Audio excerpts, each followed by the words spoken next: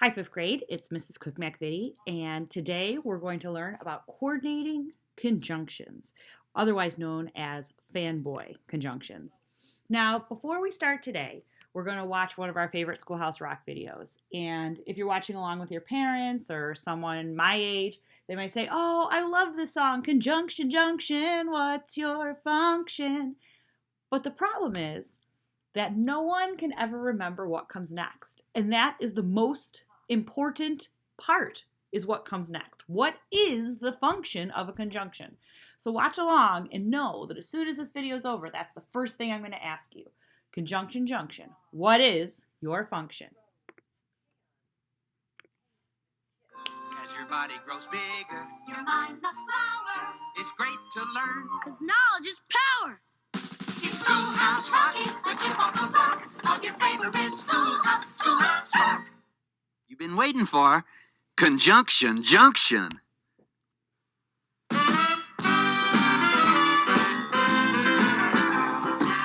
Conjunction junction, what's your function? Hooking up words and phrases and clauses. Conjunction junction, how's that function? I got three favorite cars that get most of my job done. Conjunction junction, what's their function? I got and, but, and, or. They'll get you pretty far. And, that's an additive, like this and that. But, that's sort of the opposite. Not this, but that. And then there's or. O-R. When you have a choice like this or that. And, but, and, or get you pretty far. Conjunction junction, what's your function? Hooking up two boxcars and making them run right. Milk and honey, bread and butter, peas and rice. Hey, that's nice. Dirty but happy, digging and scratching, losing your shoe and a button or two. He's poor but honest, sad but true. Boo-hoo! Conjunction junction, what's your function? Hooking up two cars to one when you say something like this. Choice, either now or later, or no choice. Neither now nor ever. Hey, that's clever. Eat this or that, grow thin or fat. Never mind, I wouldn't do that. I'm fat enough now. Conjunction junction, what's your function? Hooking up phrases and clauses that balance like out of the frying pan and into the fire. He cut loose the sandbags, but the balloon wouldn't go any higher. Let's go up to the mountains or down to the seas.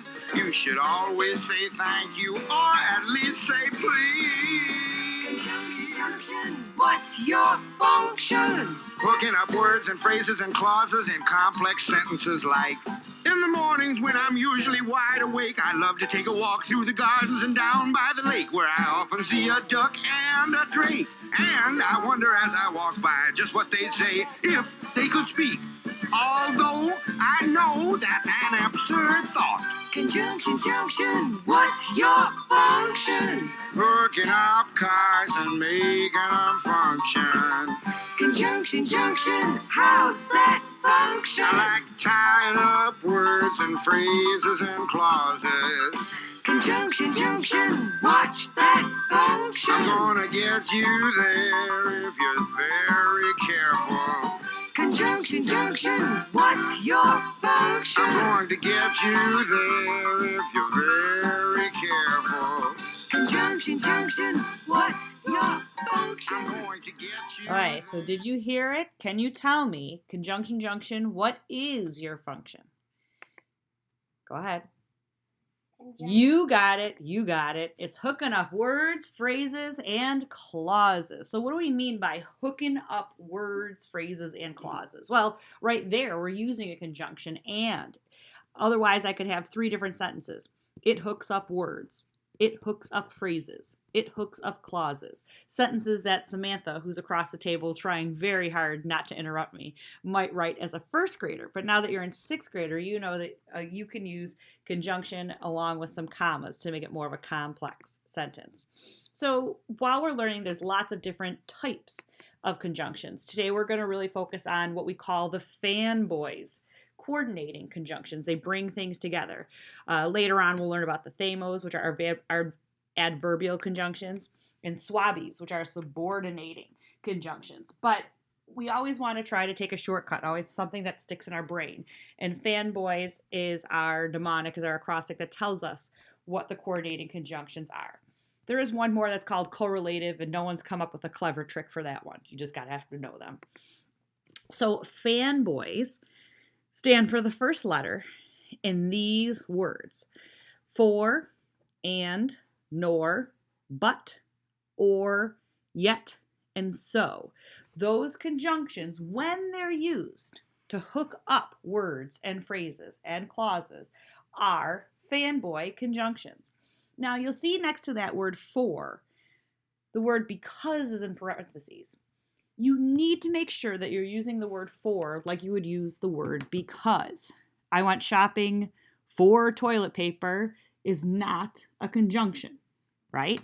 I went shopping for we were out of toilet paper. Now that would be a conjunction. We rarely speak like that anymore.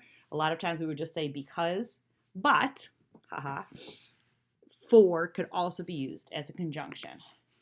So fanboys often will connect to nouns like cats and dogs, mice and rabbits, to verbs, shouts or kicks, to adjectives, short and simple, to adverbs, quickly but carefully, or to independent clauses. Now you know what a clause is, we've talked about it, but it's not something we've tested. An independent clause is basically a sentence, something that you could write on its own. But again, because you're in 6th grade, you're combining these to make more compound and complex sentences. So instead of saying, Dylan writes better songs, Kanye sells more records, we combine that with our conjunction but and a comma. We take two independent clauses and we make them one sentence. So, what would the conjunction be in the sentence? Did you hear? It is raining cats and dogs. Your conjunction would be and. It combines the nouns cats, dogs. It prevents us from having to say, it is raining cats, it is raining dogs. And that joke isn't nearly as funny without it. When you grow up, will you be a brain surgeon or a human cannonball? What is the conjunction? The fanboy conjunction there is or. We'll learn a little later on how when is also a conjunction, combining those two independent clauses, you will grow up and will you be a brain surgeon. But or is now taking those two phrases, brain surgeon, human cannonball, and combining them. She has lots of dogs, but her sister prefers cats. But is our conjunction. Gotta love a class where you can yell out the word but. Notice the comma before it. It has two complete thoughts, two independent clauses. She has a lot of dogs, comma, but her sister prefers cats. Devin will have spaghetti or ramen for lunch. Now this one is or. Notice that for is not being used as the word because. Not because lunch. Devin will have spaghetti or ramen because lunch. No. It's or, the two different things. Let's try some more. We are doing online videos for We Are Stuck Inside. For. Now this is the perfect way to use for as a conjunction. And P.S. you're not stuck outside. Make sure you go out and get some sunshine. Do not lick your brother nor your sister, please. Nor. A lot of times we use nor with neither, and that's what those correlative conjunctions we talked about earlier. But if we use the word not, and if we're talking about something in a negative sense, we should really use the word nor, not or. It's a beautiful day outside, so the whole family is going to garden. What's our conjunction here? It's so. Again, notice the comma before. We have two complete thoughts. It's a beautiful day. The whole family is going to garden. Now, just a quick word on punctuation. When you're using items in a series, you need commas to separate it if you have more than one. So for example, I ate tacos, pizza, and cupcakes. You want to have a comma before tacos, and I always teach the Oxford comma and a comma after pizza. We'll talk a little bit more about the commas in 7th grade, but right now I'm teaching you use that Oxford comma. You could say he was a tall, comma, dark, comma, and mysterious man. Now, why do I not use a comma for do you have roller skates or rollerblades? That's right. Wow, you're so loud. I can hear you all the way at my house.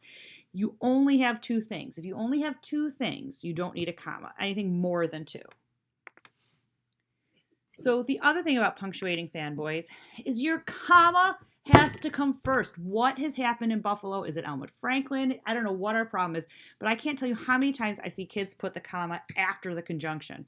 I think it's because we're dramatic and we say, Iris wanted henna, Iris wanted henna, but they had run out by then. No. The comma goes before the conjunction. Iris wanted henna, but they had run out by then. So make sure that if you have those two complete thoughts, you have the comma before the conjunction. Your game will be today or tomorrow. No comma needed. There's not a complete thought. If I said your game will be today, comma, or it will be replayed tomorrow, that would be a complete thought. Then we would do the comma there. So this is a new topic. It's our first one we've done online. I'm sure you have questions. And I'm always available on email. Don't use Classroom Stream to type up little things. I don't check that one as often because so many of you are using it to write, hey, hi, sup, hey, hi. But use your email me, and it'll come right up. Or I have office hours from 1 to 2 o'clock. I'll be on Google Hangout. You can ask me questions in person.